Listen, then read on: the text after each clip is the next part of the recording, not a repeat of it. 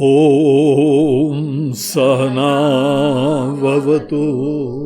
सहनौ भुनक्तु सह वीर्यं करवावहै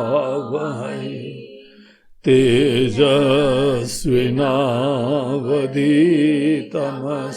मा विद्विषावहै। ओम शांति शांति शांति। हरि ओम।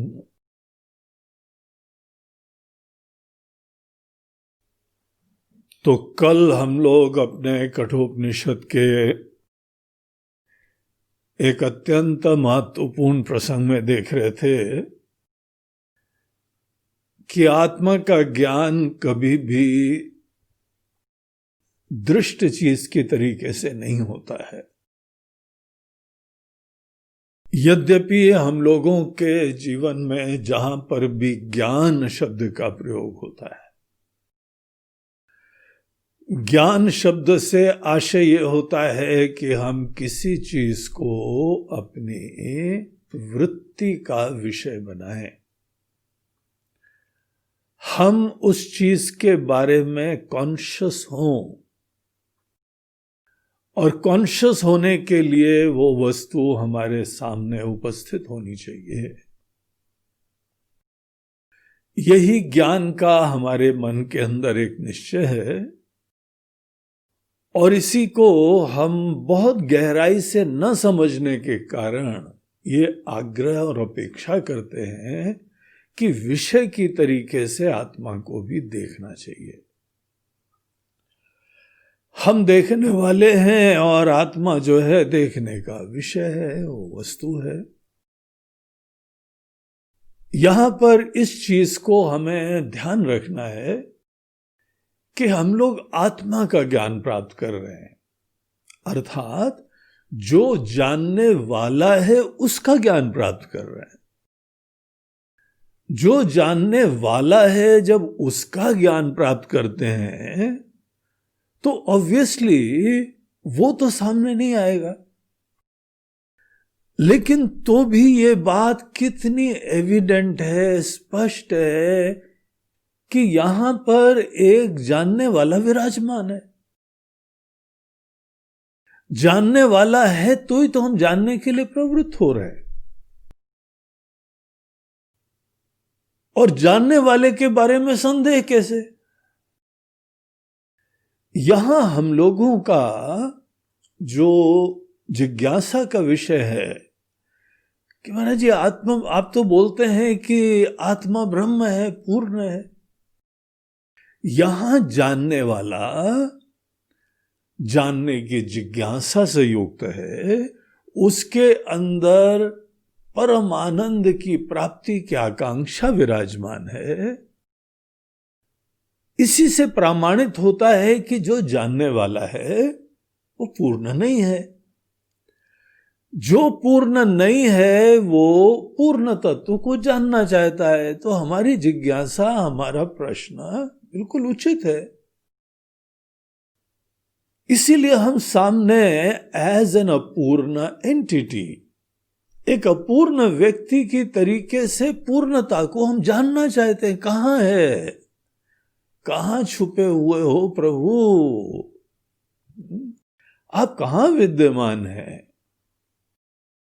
आपको कहां नहीं ढूंढा हमने, बाहर भी ढूंढ लिया, मन को शांत करके भी ढूंढ लिया, पूर्ण तत्व नहीं दिखता है। तो ये हमारी जो भी प्रवृत्ति होती है, ऐसा लगता है कि बिल्कुल उचित है। अनेकों लोग इसको जो है एक्सेप्ट करेंगे, बोलते हैं हाँ भाई बिल्कुल सच बात तो है, हम जानने वाले हैं, जानने वाली वस्तु को जानना है। तो बोलते हैं देखिए यहां पर इश्यू क्या है।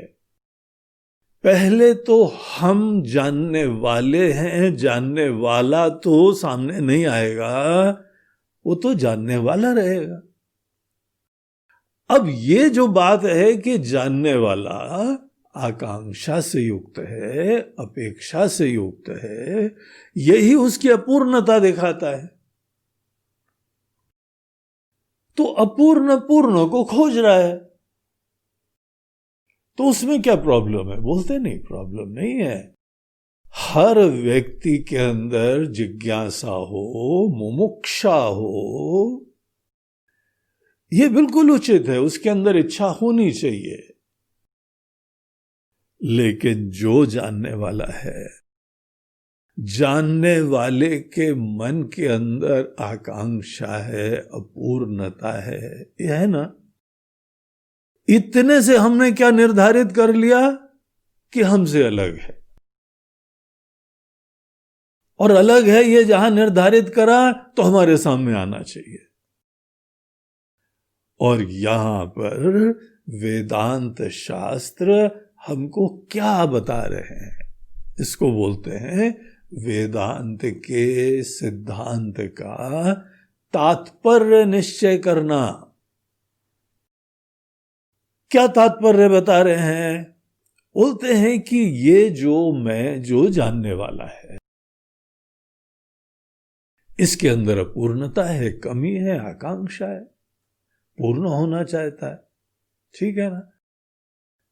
अब ये यहां पर हमारे अंदर आकांक्षा, अपेक्षा, अपूर्णता आज अनुभव हो रही है, और इस अनुभूति के वजह से ही हमारे अंदर असुरक्षा भी है, भय भी है, आकांक्षा भी है, इच्छा भी है। तो ये हमारे अंदर जो अपूर्णता है, इसके बारे में हमको श्रुति ये बता रही है कि रे मेरे भाई, अरे बच्चा, अरे नचिकेता, तुम ये कैसे मान बैठे कि तुम्हारे अंदर अपूर्णता ये सत्य है? एक ये भी तो बात समझो कि हमारे अंदर जो छोटापना है, कमी है, अपूर्णता है, अनेकों संभावनाओं में ये भी एक संभावना के ऊपर विचार करो, ये शायद कल्पित है, ये शायद यथार्थ नहीं है, ऐसा शायद तुम समझो। बताने वाले ये ही बता रहे हैं। हमारा जिज्ञासु होना, मुमुक्षु होना, हम मुक्त हो, ज्ञान से युक्त हो, दर्शन अभिलाषी होना, ये सब बहुत अच्छी बात है। और इसकी ऊर्जा ही, इच्छा जो है ना, बड़ी ऊर्जा देती है। कोई भी जब इच्छा हो जाए तो इच्छा ही हमको ऊर्जा देती है, प्रेरणा देती है। इसीलिए इच्छा को ये बनाए रखना चाहिए कि हमको मुक्ति प्राप्त हो, हमको ज्ञान प्राप्त हो, हमको दर्शन हो। ये बिल्कुल सही है, अच्छी बात है यहां तक तो। लेकिन अब ये यहां पे विचार करो कि हमारे अंदर जो आज कमी है, अपूर्णता है, ये अपूर्णता शायद रस्सी को रस्सी न जानने के वजह से, जैसे वहां पे सर्प बुद्धि की कल्पना हो जाती है। अंधेरे में ठूंठ है पेड़ का, वो नहीं समझा तो ऐसा लगा कोई बैठा हुआ है, होगी ना कल्पना। बीच के ऊपर वॉक कर रहे हैं तो वहां सीपी पड़ी हुई है, तो ऐसा लगा कि अरे सवेरे सवेरे चांदी का टुकड़ा मिल गया। भ्रम हो जाता है ना। ये यहां पे अनेकानेक जीवन में भ्रम होते हैं। बड़े देवता को इंसान को मिले, अरे वो तो दुष्ट है। हम लोग सब लोग जो है, अनेकों लोगों के बारे में जो पिक्चर में विलेन्स आते हैं ना, तो विलेन्स आते हैं, उनको देख के लगता है ये देखो अब मुसीबत करी इसने, ये दुष्ट आदमी ने प्रवेश कर दिया, बचपन में हम लोग जो है, हमारे जमाने में प्राण बहुत बड़े विलन थे। जहां वो सीन में आता था बोला आ गया नालायक, आ गया दुष्ट, असुर आ गया, असुर। ऐसी टेढ़ी बुद्धि है उसकी, सदैव उल्टे ही सोचता है, दूसरे का काम ही बिगाड़ा करता है। अब देखो कुछ ना कुछ रगड़ा होगा, और रगड़ा होता था। ऐसे अद्भुत प्रकार के रगड़े होते थे कि यहां देखने वालों को जो है ना जब करना पड़ता था, ये भगवान इसकी बुद्धि सुधरे।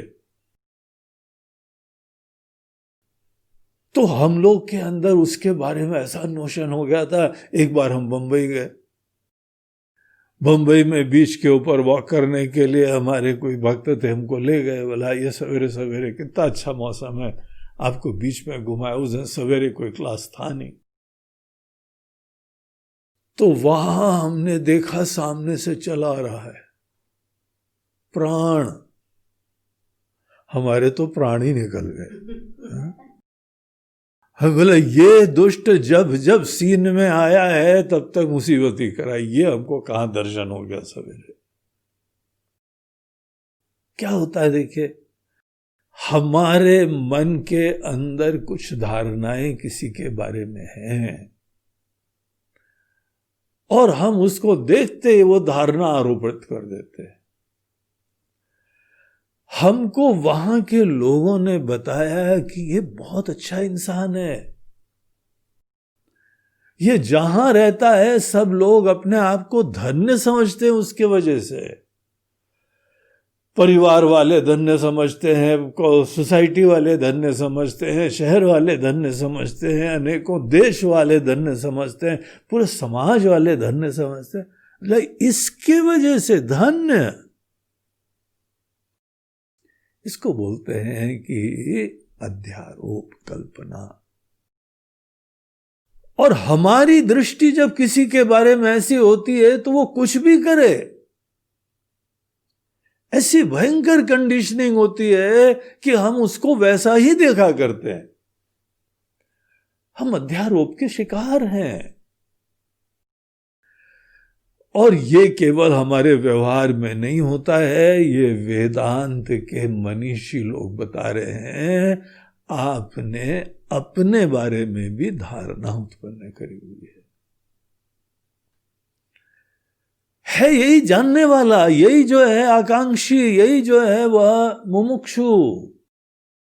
लेकिन मुमुक्षुत्व से युक्त होने के पीछे हमारी एक कहानी है पूरी, और वो कहानी प्रारंभ हुई अपने बारे में छोटेपन का आरोपण करने के द्वारा। अगर इस टाइप का केस है तो आप बताइए कि आत्मा के साक्षात्कार का क्या तरीका होगा। हमको बाहर तो नहीं दिखना, क्योंकि सब्जेक्ट है, जानने वाले हैं हम। जानने वाले के अंदर अपूर्णता है, अपूर्णता दूर भी करनी है हमको। लेकिन अपूर्णता की निवृत्ति ऐसे नहीं होती है कि सामने पूर्ण दिखाओ हमको, सामने देखेंगे तो वो मानेंगे उसको पूर्ण। परमात्मा होते हैं यहां पे, एक पूर्णात्मा होती है, वो हम तभी जाके मानेंगे जब सामने दिखाओ। बोलते ये ही सोच में दोष है। तुम बहुत अच्छी तरह से जानते हो कि बाहर जो जो देखते हैं सब अपूर्ण होता है। यद दृश्यम तद जड़म तद नश्वरम, जो चीज देखोगे वो सब नश्वर होती है, विकारी होती है, अपूर्ण होती है। कैसे पूर्णता दिखेगी? कॉमन सेंस है। इसीलिए दिमाग से ये बात निकाल देनी चाहिए कि हमको बाहर दर्शन होंगे। पहली चीज तो यह है कि मैं के ही बारे में हमको ज्ञान प्राप्त करना है। ऐसा छोटा पन्ना मैं के बारे में आरोपित करा हुआ है कि हमने अपनी दुनिया छोटी बना ली। हम भी छोटे हो गए, हमारी दुनिया भी छोटी हो गई। एक आध लोग के साथ हमारा स्नेह हो गया, वो हम शरीर के साथ जुड़े हुए हैं, परिवार के साथ जुड़े हुए हैं, समाज के साथ जुड़े हुए हैं, बस उसी के बारे में सोचते हैं। ये सब कंडीशनिंग जो हमारे अंदर विराजमान है, हमको खुद अपनी कंडीशनिंग्स के ऊपर विचार करते हुए विचार पूर्वक अपनी कंडीशनिंग से हमको मुक्त होना पड़ेगा। ये वेदांत का तात्पर्य है। जब कोई व्यक्ति अपने अंदर अपने द्वारा ही जो क्रिएटेड नोशंस हैं, धारणाएं हैं, जिस दिन आप इनको दूर करने लगते हैं, इनसे मुक्त होने लगते हैं, हमारे ऊपर जो जो धारणाएं हैं, छोटापना है, अपूर्णता है, इतना निश्चित रूप से जान लो ये सब कल्पना है। यही हमारे भगवान का मैसेज है हम लोगों को।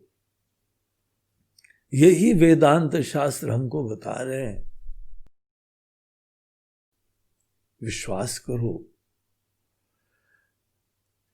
और तुम जानते हो कि कल्पना है।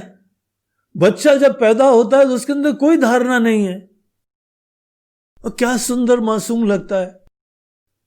धीमे धीमे धारणाएं हम लोगों ने अपने बारे में क्रिएट करी हैं। ये क्रिएटेड चीज है, इसीलिए चेंजेबल पैरामीटर है ये।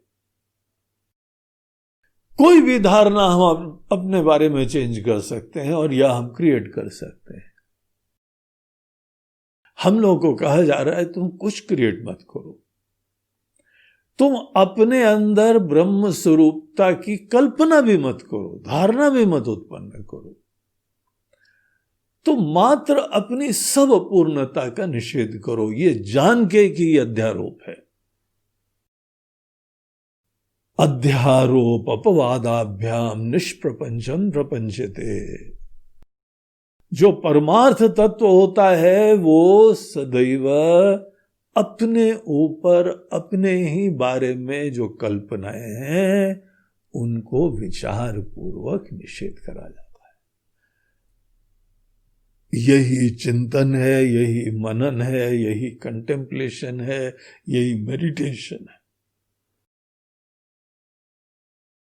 एक बार हमारे गुरुदेव बता रहे थे कि वो कहीं पे यात्रा पे थे, एयरपोर्ट में एक सज्जन उनको मिले, तो उनको बताया कि पता लगा, उन्होंने वो शक्ल देखी, आए पास में श्रद्धालु थे, कोई इंडियन थे, इसीलिए जानते थे उनका नाम, उनका फोटो वोटो देखी हुई थी। तो आए एकदम, बोलते हैं आर यू स्वामी चिन्मयानंद? बोला यस। अरे स्वामी जी, बहुत आपके दर्शन के प्राप्त करके कृतार्थ हो गए। हमने आपको सुना हुआ था आपके बारे में, फोटो भी देखी थी, बड़े दर्शन की आकांक्षा थी, और आप हमको एयरपोर्ट पे मिल गए। कितनी भगवान की कृपा है। और सब स्तुति होती हुई बड़ी प्रसन्नता जाहिर करी, और फिर उनसे बोलते हैं कि महाराज जी, आपकी भी फ्लाइट जाने वाली है थोड़ी देर बाद, हमारी भी जाने वाली, ज्यादा टाइम तो है नहीं, लेकिन हमको आप प्लीज कुछ सूत्र दे दीजिए, व्हाट इज वेदांत। तो वो बड़े हाजिर जवाब थे, एकदम ऐसी अद्भुत बात कहने के लिए सूत्र फॉर्म में, जैसे वेद व्यास जी ने पूरे वेदांत के सूत्र लिख दिए ना, ब्रह्म सूत्र, वैसे वो जो है यहाँ तत्व ज्ञान के सूत्र से शॉर्ट शब्दों में दे देते थे, इतना मनन नहीं होता था। तो थोड़ी देर खड़े हुए, मुस्कुराए, बोलते हैं yes certainly, Vedanta is undress and embrace.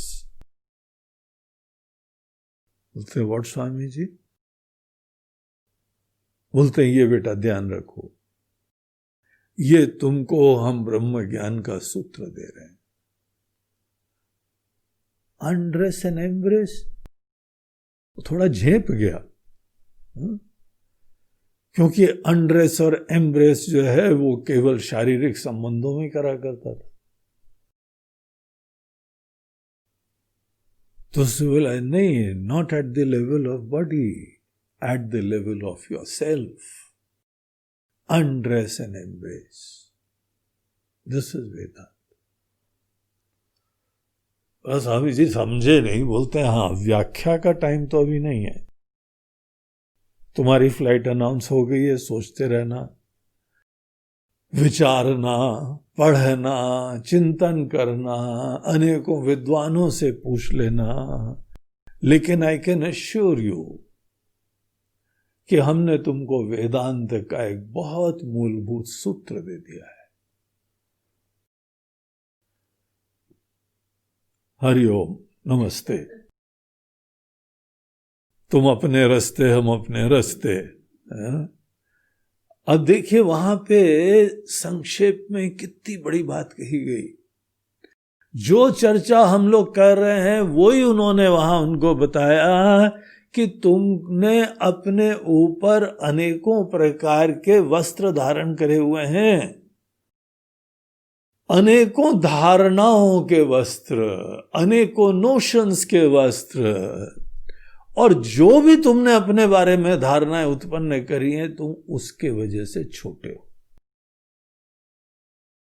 दीन हो, असुरक्षित हो, असहाय हो, भय से युक्त हो, संसारी हो। न तुमको भगवान ने संसारी बनाया है, न दुनिया ने बनाया है, तुम्हारी धारणाओं ने तुमको छोटा बनाया है।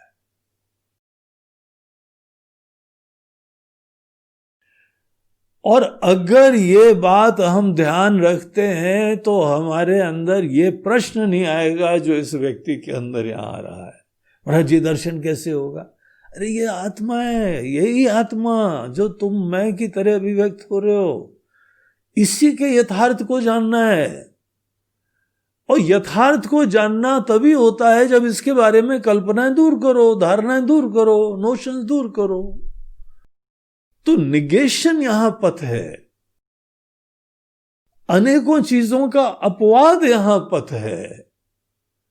तुमको लगता है तुम बहुत समझदार हो, यह हो सकता है किसी क्षेत्र में होगे, लेकिन तुमने यहां बहुत बड़ी गलती करी हुई अपने बारे में, इतनी बड़ी गलती करी हुई अपने बारे में कि तुम सदैव प्यासे होके घूम रहे हो, तड़प रहे हो, बेचैन हो, डेस्परेट हो। हर व्यक्ति की डेस्परेशन अपने अंदर अपूर्ण व्यक्ति की तीव्र आकांक्षा का सूचक है। ठीक है तुम चाहते हो बड़ी तीव्रता से, लेकिन कौन रोक रहा है? हमारी अपूर्णता की धारणा। हमारी अपूर्णता की धारणा ही यहां बाधक है और कोई बाधक नहीं है। जो लोग इतना वेदांत का तात्पर्य समझ जाते हैं उनको रास्ता मिल जाता है। उनके लिए चिंतन मनन ध्यान का एक स्वरूप अलग हो जाता है। वहां ये नहीं बोलते हम बस बैठ के शांत रहे। अरे शांत रहने से थोड़ी होता है काम, नोशंस दूर करने से होता है। शांति से भी क्यों बैठे हो? शांति से बैठने से शांति मिलेगी। अरे तुमने क्यों सोचा तुमको जो है मिलने की जरूरत है? इस समय तुम शांति से रहित हो और तुमको शांति मिलेगी, देख नहीं रहे हो कैसा यहां पे जो है कहानी चल रही है। हम शांति से रहित हैं, हम अशांत हैं, इस नोशन से कहानी चालू हो रही है ना। इसको क्वेश्चन करो। हमारे अपने बारे में जीवत्व के नोशन, छोटे पने के नोशन, जन्म मरण के नोशन, ये सब नोशन है। और आप विचार करेंगे तो आपको दिख जाएगा ये। और एक बार आपको दिखेगा तो जिस समय नोशन दिख जाता है कि ये नोशन है, वो खत्म हो जाता है। उसको दूर करने की अलग चेष्टा भी नहीं करनी पड़ती।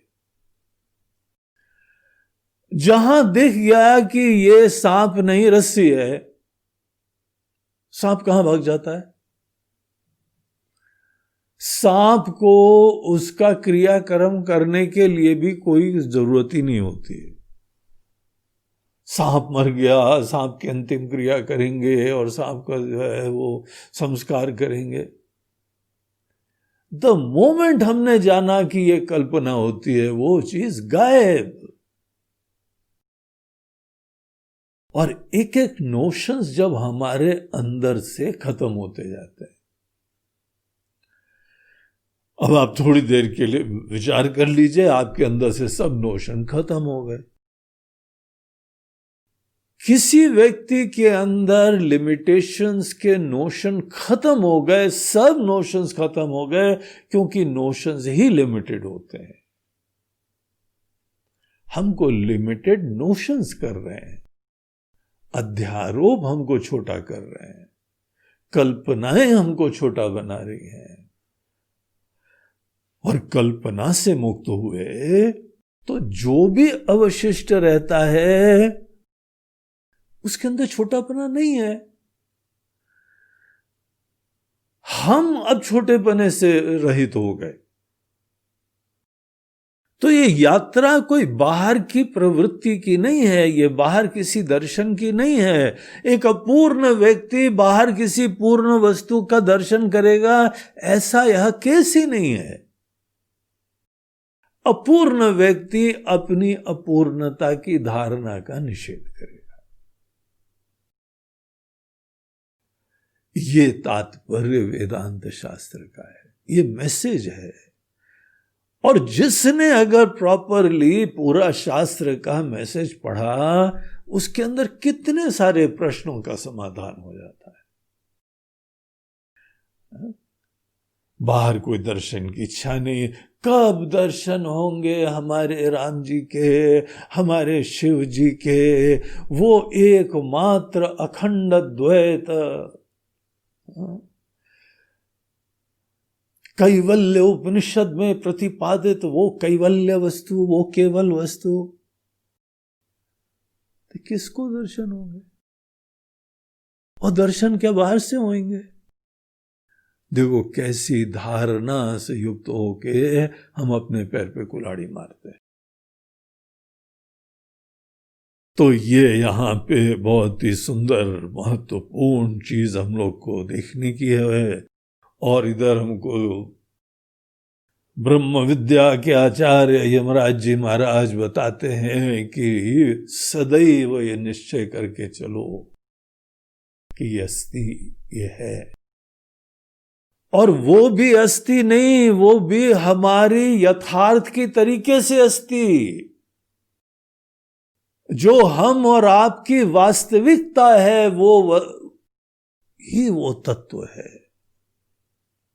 लेकिन आज जो हम सोच रहे हैं उसको अभिमान नहीं करने की गुंजाइश है, क्योंकि वो कलुषित है, वो मलिन है, वो धारणाओं से युक्त है। ये मन के अंदर निश्चय करके कि हम जब भी अपने आप को समस्त धर्मों से रहित कर देंगे, सर्वधर्मान परित्यज्य, जब हमारा चीर हरण हो जाएगा, जब हम अनड्रेस करेंगे, धारणाओं से अनड्रेस करेंगे, नोशन से अनड्रेस करेंगे। शुरुआत हमारे अंदर इससे नहीं होनी चाहिए कि हम बड़े समझदार हैं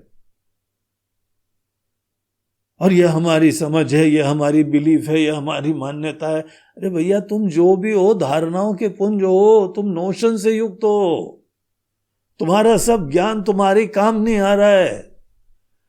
अपने अज्ञान की स्वीकृति करो। अज्ञान की स्वीकृति से विनम्रता हो जाती है और अनेक कंडीशनिंग्स का अपवाद चालू हो जाता है। और बड़े डीप रूटेड नोशंस हैं, वो केवल दूर करो। अगर ये विश्वास किसी का बना रहता है कि ऐसा तत्व तो नहीं दिख रहा है, तो भी अस्तित्व में प्रश्न ही नहीं है, क्योंकि हम तो अधिष्ठान को जानना चाहते हैं। प्रत्येक कल्पना का अस्तित्व अधिष्ठान के अस्तित्व का प्रमाण होता है। किसी चीज के बारे में अगर धारणा हो तो अधिष्ठान कुछ ना कुछ तो होगा। बस अपने अनेक अनेक कल्पनाओं से अपने अंदर। तो जो व्यक्ति अस्थि की तरीके से पहले स्वीकार करता है वो ही तत्व का ज्ञान प्राप्त करता है। पूरी आध्यात्मिक यात्रा हमारे 2 चरणों में विभाजित करी गई, अस्थि और अस्मि। कभी मन के अंदर शंका मत लाना कि पूर्ण तत्व नहीं है, यद्यपि कोई आंखों से नहीं दिखेगा, क्योंकि वो हमारे मैं की गहराई में हृदय गुहा में छुपा हुआ है। इसी को बोलते हैं हृदय गुहा में छुपना। हमारी अंतरात्मा की तरह से विराजमान है, हमारे यथार्थ की तरह से विराजमान है, और हमारी कल्पनाएं ही आवरण बन रही है। अगर ये पूरा सिद्धांत समझ गए तो हमारे मन में नहीं देखने के उपरांत भी पूरा दृढ़ निश्चय है कि अस्थि। और ये अस्थि बुद्धि बाहर जो है अपनी सांस्कृतिक कार्यकलापों से, धार्मिक अनेकों व्यवस्थाओं से, परंपराओं से ये सतत दृढ़ होती है। ईश्वर को भी हम देख नहीं रहे हैं तो विश्वास करते हैं ना। पूरा धर्म शास्त्र श्रद्धा के ऊपर निर्भर होता है। जिस ईश्वर को देखा नहीं है वो भी है। हम आंखों से नहीं देखते हैं लेकिन अकल से तो देखते हैं ना। आंखों से ईश्वर नहीं दिखाई पड़ते हैं, आंखों से तो नश्वर नाम रूप ही दिखाई पड़ते हैं, लेकिन अकल से देखते हैं। कैसे अकल से देखते हैं कि अगर सृष्टि है तो सृष्टा होना ही चाहिए, अगर व्यवस्था है तो व्यवस्थापक होना ही चाहिए। ये कॉमन सेंस है, इसको अनुमान प्रमाण बोलते हैं, इन्फेरेंशियल नॉलेज। कहीं पर धुआं है तो अग्नि होनी चाहिए, ये अनुमान प्रमाण है।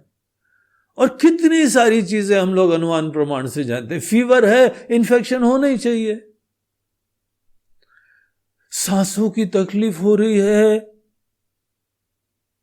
कोरोना की संभावना है, और इधर उधर टेस्ट करे वो प्रमाण मिल जाता है। तो अनेकों लक्षण देख के हमको कारण के अस्तित्व का निश्चय हो जाता है। यद्यपि कारण आंखों से नहीं देखते हैं। कोरोना वायरस को आंखों से दिखाई पड़ता है क्या? या फ्लू भी हो, पेट का भी इन्फेक्शन हो, कहीं का इन्फेक्शन हो, फीवर हुआ, इन्फेक्शन डेफिनेट है। उसी तरीके से सृष्टि है तो सृष्टा है। क्या सुंदर व्यवस्था है दुनिया की, तो व्यवस्थापक है, ऐसा सुप्रीम इंटेलिजेंस है। और एक बार निश्चय कर लिया, उसके उपरांत तो नहीं दिख रहा है तो भी हम ऐसे जीते हैं कि सदैव भगवान हमारे साथ में, वही हमारे फ्रेंड, फिलॉसफर और गाइड बन के, हमारे रथ के सारथी बन के हमको चला रहे हैं। इसीलिए कोई भी जो है भगवान का भक्त अकेला थोड़ी होता है, कोई सन्यासी अकेला नहीं होता है। हम लोग ऊपर से अकेले दिखाई पड़ रहे हैं, लेकिन अकेलापना बोलना हमारे लिए तो जो है वो हमारी श्रद्धा के लिए अपमान है। महाराज जी बड़े अकेले हैं, आपका भी परिवार हो जाता तो बड़ा अच्छा था। कहां अकेले भाई? हम सदैव अपने भगवान के साथ में हैं। तुमको दिख नहीं रहा है तो नहीं दिख रहा इसीलिए तो बोल रहे हैं, तो दैट इज योर प्रॉब्लम। द्वा सुपर्णा सयुजा सखाया समान वृक्षे परिशस्व जाते। एक ही शाख पे 2 पक्षी बैठे हुए हैं, ये देखना सीखो। एक पक्षी सदैव खाऊ है, खाता रहता है, अपेक्षा है, आकांक्षा है, और दूसरा शांत चित्त और सबका कल्याण कर रहा है, व्यवस्था कर रहा है। उसका अस्तित्व देखो। और इसी को ज्ञान बोलते हैं, जो कि हमारी आंखें नहीं दिखा सकती हैं, उसको हमारी ज्ञान की चक्षु दिखा दिया कर। हर साइंस का स्टूडेंट भी यही चीज कर रहा है। तो इस तरीके से जिस व्यक्ति के अंदर अस्तित्व का दृढ़ निश्चय हो जाता है, वो अस्तित्व के बाधकों का निषेध कर देता है और उसकी श्रद्धा चरितार्थ हो जाती है, सार्थक हो जाती है, एक पूर्णता में जग जाता है। तत्व भाव प्रसीदति। तो जिसको विश्वास है, श्रद्धावान लभते ज्ञानम। श्रद्धा मतलब ये नहीं है कि तुम आंख बंद करके जो भी दुनिया बोले वो स्वीकार कर लो। श्रद्धा मतलब ये है कि ऐसा तत्व का अस्तित्व है, उसमें डाउट नहीं होना चाहिए। धारणाओं के बारे में श्रद्धा नहीं होनी चाहिए। धारणाएं विचार के लिए उपलब्ध है, शोध के लिए उपलब्ध है। सब धारणाओं का चीर फाड़ करो। चीर फाड़ अगर करना है, विचार करना है, तो धारणाओं का करना चाहिए। अभी तो दुनिया कितनी छोटी हो गई है। एक देश के लोगों की धारणा अलग, दूसरे देश की धारणा अलग। अपने देश को देखो, सब कॉन्टिनेंट है बड़ा। उत्तर से दक्षिण चले जाओ, कितनी धारणाओं का परिवर्तन होता है। इसी से धारणा दिखाई पड़ने लगती है। सबकी मान्यताएं हैं। मान्यताएं थोड़ी सत्य होती है। इतना ज्यादा क्यों आसक्त हो रहे हो मान्यता पे? हमारे वहां पे यही है। अरे हो गया यार तुम्हारे वहां, अच्छी बात है, स्वाभिमानी व्यक्ति हो, लेकिन ये तो देखो ना कि धारणा है। अन्य जगह लोग जी रहे हैं, उनके अंदर कोई धारणा नहीं है। कौन सा उनके जीवन में आफत आ गई है? और दूसरी धारणा है। अपनी धारणाओं से मुक्ति बस एक नई दुनिया में हमको जगा देती। इसको बोलते हैं तत्व भाव प्रसीदति। अब ये चीज यहां दिखा के अब हम लोग 14वां मंत्र देखें। 14 और 15 दोनों पढ़ लेते हैं। दोनों जो है एक फल दिखाते हैं। यदा सर्वे प्रमुच्यन्ते कामा येस्य हृदि श्रिताः अथ मर्त्यो मृतो भवति अत्र ब्रह्म समश्नुते। यदा सर्वे प्रभिद्यन्ते हृदयस्येह ग्रन्थयः अथ मर्त्यो मृतो भवति एतावत्यनुशासनम्।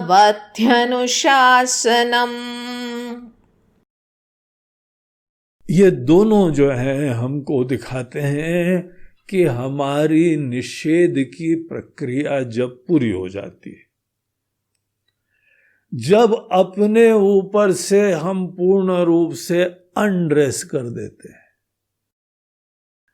जिस समय गीता की भाषा में सर्वधर्मान परित्यज्य हो गया है, हमने अपने ऊपर शरीर मन बुद्धि के जो धर्मों का आरोपण करा हुआ है वो परितः त्यज्य। परित्यज्य गीता के 18वें अध्याय में भगवान ने वर्ड यूज करा है पूर्ण रूप से। थोड़ी देर की अप्रतीति परित्याज नहीं है, उसके टोटल असारता का निश्चय। संबंध ही नहीं है मैं कहा अनेकों प्रकार के शरीर मन बुद्धि की धारणाओं से। मैं का संबंध किसी कर्मों से नहीं है, किसी विकार से नहीं है, किसी शरीर से नहीं है। आप आत्मा को असंग देख लीजिए, स्फटिक तुल्य देख लीजिए। इसीलिए उपनिषदों में कहा है असंगो ही अयम पुरुषः, ये जो परम पुरुष है, जिनमें अधिष्ठान है, इसका नेचर ही असंग है। असंग मतलब ऐसा नहीं है कि इसने किसी से जो है वो लिप्त हो गया और अब छोड़ना है, कभी भी लिप्त नहीं हुआ है। इसके ऊपर केवल सब आरोपण मात्र है, कल्पना मात्र है। आपने देखा स्फटिक, कई लोग के पास स्फटिक का शिवलिंग होता है, बिल्कुल ग्लास की तरह पत्थर होता है, बड़ी शिक्षा मिलती है उससे। और जो स्फटिक के शिवलिंग के पास आप फूल रखेंगे ना, वो ट्रांसपेरेंट ग्लास जैसा होता है, उसका कोई रंग नहीं है। लेकिन जैसा भी फूल रखा जाएगा उसके अंदर वही आभा दिखाई पड़ती है। लाल फूल रखा तो लालिमा दिखाई पड़ती है, सफेद फूल रखा तो सफेदी दिखाई पड़ती है। वैसी ही आत्मा, जो भी शरीर आदि के धर्म हैं, हमने मान लिया, हम एसोसिएटेड देखने लगे, उसके अंदर दिखने लगते हैं। आपने दूर करा तो वो पूरा निर्मल पुनः बैठी हुई है। आत्मा कभी भी अनेकानेक उपाधियों से लिप्त ही नहीं हुई है। ये हमारी धारणाएं थी कि कर्म लिप्त हो गए। अनेकों लोग, दूसरे दर्शन वाले भी, जैसे जैन दर्शन में मानते हैं कि कर्म, कामना जो है वो आत्मा में लिप्त हो जाती, कर्म भी लिप्त हो जाते।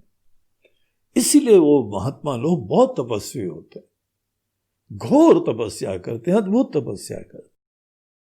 क्यों करते हैं? क्योंकि वो अपने आत्मा को मांझ रहे हैं, आत्मा में कुछ कर्म चिपक गए हैं, उसको साफ कर रहे हैं। वेदांत दर्शन क्या कहता है? बोलते हैं नहीं महाराज, इसमें कोई कर्म का स्पर्श तक नहीं हुआ है। इसीलिए वेदांत के जो है आचार्य लोग, महात्मा लोग, वैसी घोर तपस्या को अनावश्यक समझते हैं। यद्यपि तपस्या हमारे अंदर, हमारे पूरे व्यवस्था में आदर का स्थान रखती है। यज्ञ दान तप हमको शुद्ध करने के साधन बताए गए हैं, लेकिन मुक्ति का साधन नहीं है, निर्मलता का साधन। संकल्प शक्ति दृढ़ करनी हो, अनेकों कमजोरियां दूर करनी हो, इस सब चीजों के लिए तपस्या बहुत कल्याणकारी है। लेकिन तपस्या अगर तुम आत्मा को जो है मांझने के लिए करो, अनेकों उसका मलिनताएं चिपक गई हैं दूर करने के लिए करो, तो भाई हमारा विचार भिन्न है, आपका विचार भिन्न है। आपको जो है अपने विचार को एक्सप्लोर करने की स्वतंत्रता है। आप अवश्य श्रद्धा से, किसी ने आपको बताया है, आप विश्वास करके मानिए, देखिए, विचारिए। हमने विचार करके देखा, हमारे ऊपर जो जो धारणाएं हैं सब कल्पित। आत्मा कभी भी लिप्त नहीं होती है। इसको बोलते हैं असंगता। असंग चीज कोई संग को प्राप्त होके फिर चेष्टा से दूर नहीं करी जाती है, असंगता डिस्कवर करी जाती है। हाँ, असंगता डिस्कवर करने के लिए पहले हमको कुछ कर्म का, व्यवहार का आश्रय तो लेना पड़ता है। थोड़ी असंगता हमको क्रिएट करनी पड़ती है, फाइनली ज्ञान से असंगता डिस्कवर करनी होती है। तो जब किसी ने अपने ऊपर से समस्त अध्यारोपों का अपवाद करा,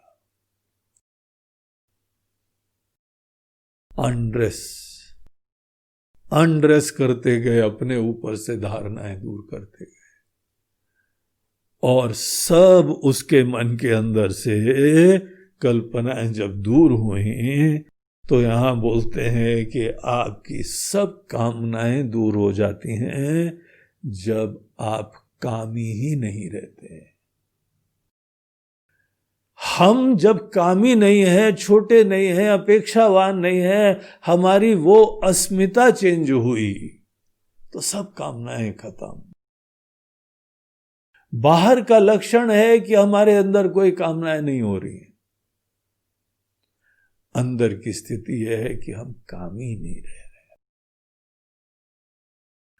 तो देखिए 14वां मंत्र क्या कहता है, यदा सर्वे प्रमुच्यन्ते कामा ये अस्य हृदय श्रिता।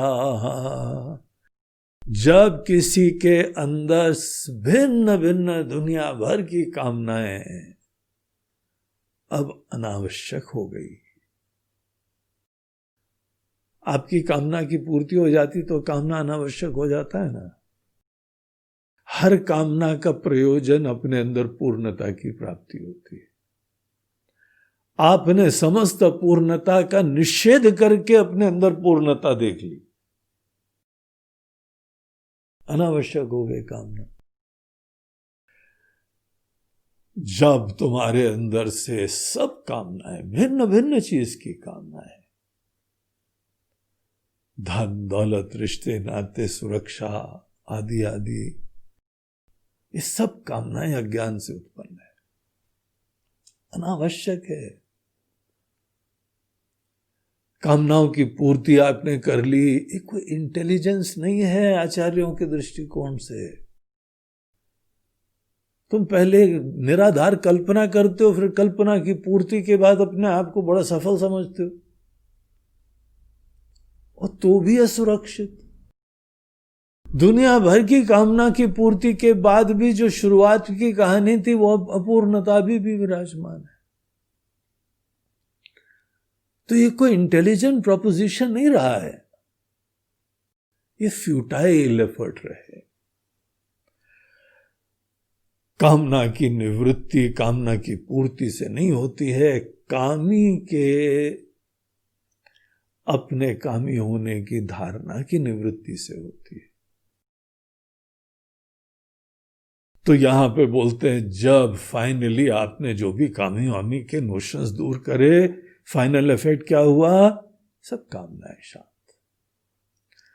यदा जब सर्वे प्रमुच्यन्ते, समस्त कामनाएं जो हमारे हृदय में विद्यमान थी, जो द्वेलित करा करती थी, जो बेचैन करा करती थी, अब वो खत्म हो गई। अथ मर्त्यो अमृतो भवति, उस समय यही जीव अब जीव नहीं रहा, जीव का जीवत्व खत्म हो गया, जीव का छोटापना खत्म हो गया। जीव को अमृतत्व की प्राप्ति नहीं होती है, जीवत्व का निषेध के बाद वो खुद अमृत स्वरूप हो जाता है। ये बहुत बड़ा भेद होता है, हम लोग बहुत बड़ी गलती करा करते हैं। जीव बने रहते हुए फिर अमृतत्व की प्राप्ति कर। इसीलिए वेदांत का तात्पर्य निश्चय करना चाहिए, इसीलिए शास्त्रों को बहुत अच्छी तरह से पढ़ना चाहिए।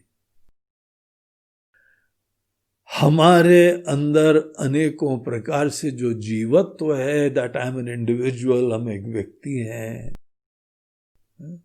ये व्यक्तित्व तो हमारा कल्पित है। तो जीवत्व की कल्पना का निश्चय करके जब हम उससे मुक्त होते हैं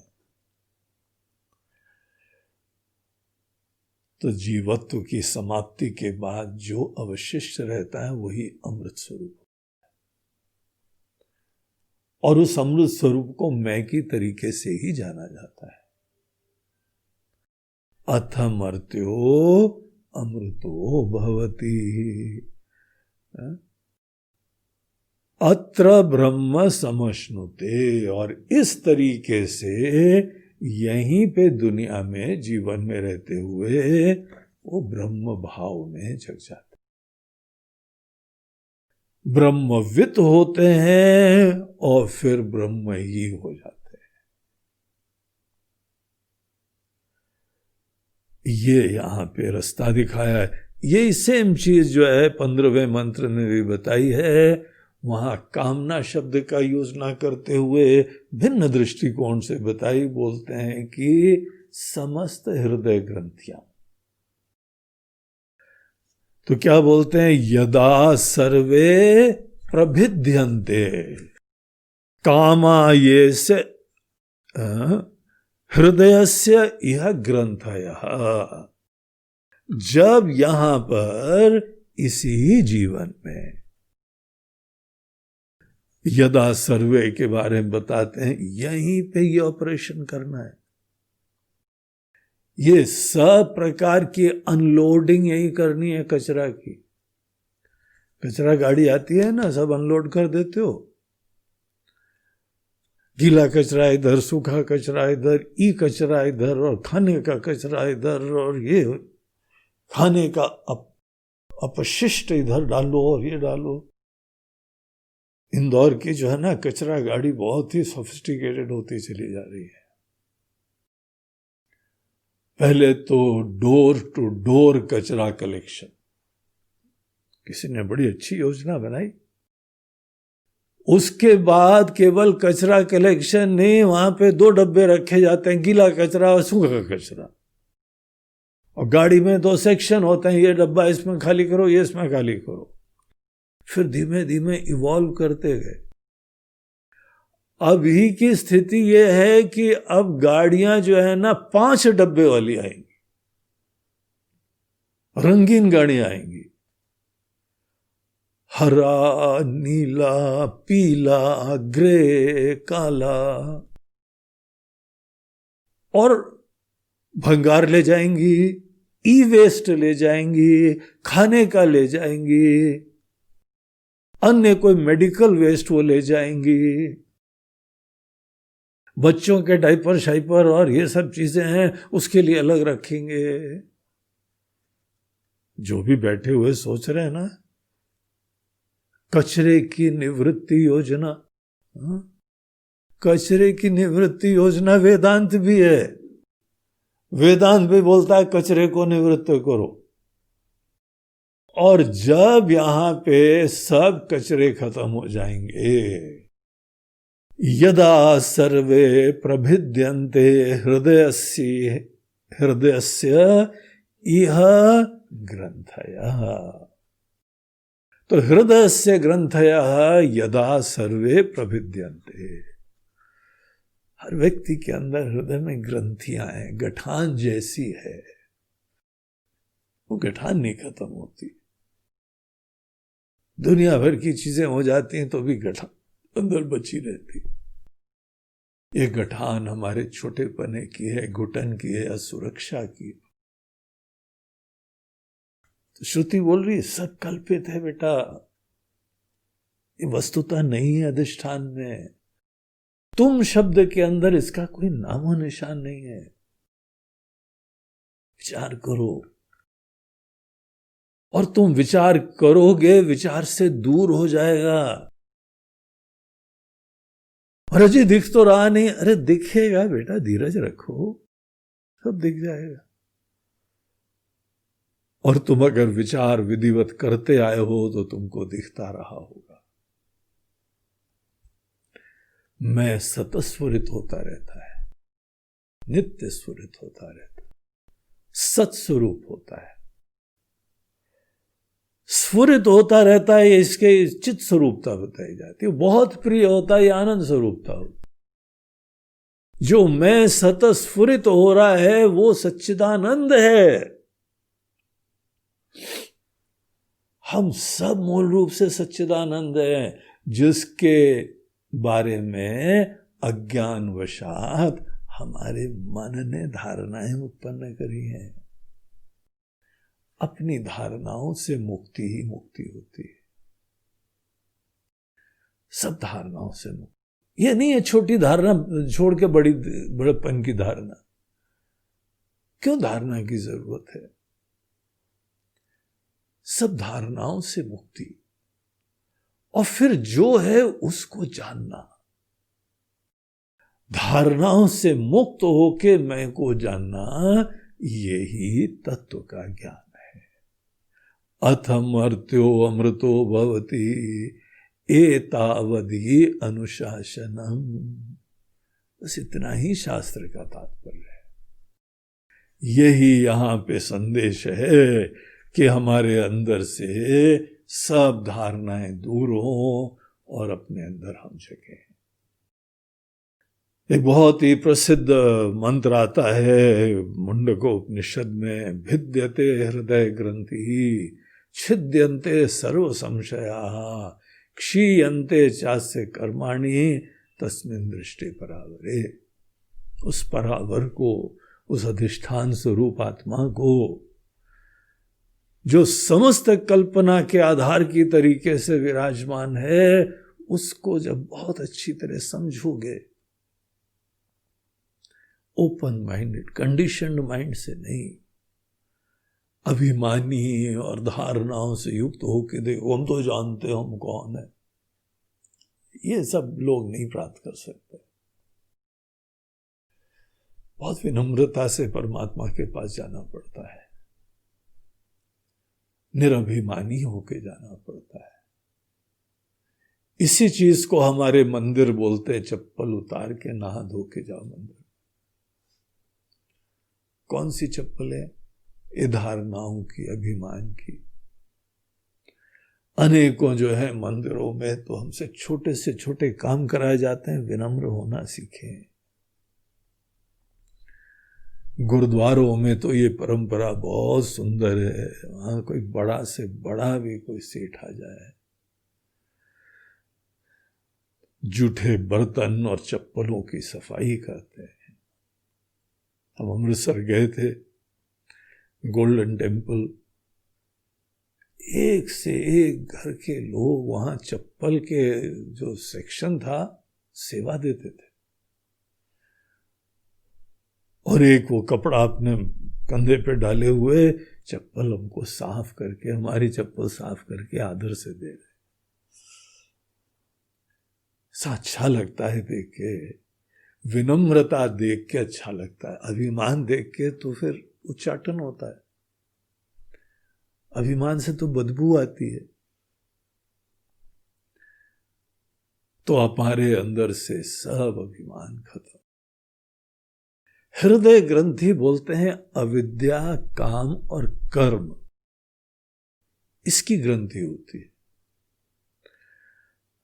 फंडामेंटल चीज है अज्ञान, नहीं जानना, फिर उसके बाद कामनाएं उत्पन्न होती हैं, किसी पे अध्यारोप करते हैं, और जब कामना हो जाती है तो कर्म करते हैं।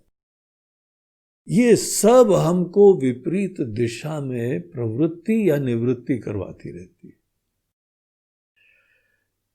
इस पूरे जो है वह व्यवस्था को अज्ञान से कल्पित जान के इनसे मुक्त होना चाहिए।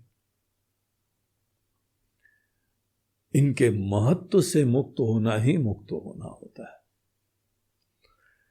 जहां पे ये सब अविद्या, काम और कर्म की ग्रंथि से मुक्त होते हैं, और ये श्रुति यहां बता रही है केवल उस अधिष्ठान को अच्छी तरह से जानने से होता है। बड़े खुले मन से तुमको जानना चाहिए। कंटेम्पलेशन करो, चिंतन करो, मनन करो, क्वेश्चन करो और निश्चय करो। जहां तुमने निश्चय करा है सब झंझट से छूट गए। एतावधि अनुशासनम, यहां पे तो फॉर्मली जैसे यमराज जी उपदेश की समाप्ति कर रहे हैं। पूरा कठोपनिषद देखिए, पिछले यहां पे ये छठी वल्ली चल रही है, दूसरे अध्याय की तीसरी वल्ली। अब यहां कह रहे हैं कि नचिकेता, इतना ही केवल शास्त्र बता रहे हैं, और ये बात निश्चय करके जो भी हर व्यक्ति की धारणाएं तो उसको दूर करनी पड़ती। एक क्षण के लिए समझ गए, हाँ ऐसा ब्रह्म होता है, ऐसा ईश्वर होता है, ऐसा सच्चिदानंद स्वरूप होता है, अच्छी बात है, मतलब उतना समझ मात्र से मुक्ति थोड़ी होती है। आप ऐसे अधिष्ठान का अस्तित्व समझ गए, इसको बोलते हैं अस्थि बुद्धि। अब बहुत बढ़िया बात है, आपके अंदर एक अस्तित्व की श्रद्धा हो गई है। लेकिन अस्तित्व की श्रद्धा के बाद जो दुनिया भर के चीजों में महत्व की बुद्धि आरोपित करी हुई, उससे मुक्त होना, उन समस्त चीजों से मुक्त हो। अब देखो फिर तुम क्या होते हो। ये देखने की चीज है, ये देखने की चीज है। तो देखो इस तरीके से यहाँ पे हम लोगों ने देखा कि 15वें मंत्र तक, 15वें मंत्र तक हमको जो है इसका फल भी दिखाया। अब आगे जो लोग नहीं समझ पाए हैं, जो अभी भी कर्म और उपासना के अधिकारी हैं, उनके लिए एक बड़ी सुंदर साधना देते हैं। वो आगे का विषय है, फिर हम लोग कल देखते हैं। ओम नमः पार्वती पतये हर हर महादेव। नर्मदे हर, बोलो गंगा मैया की।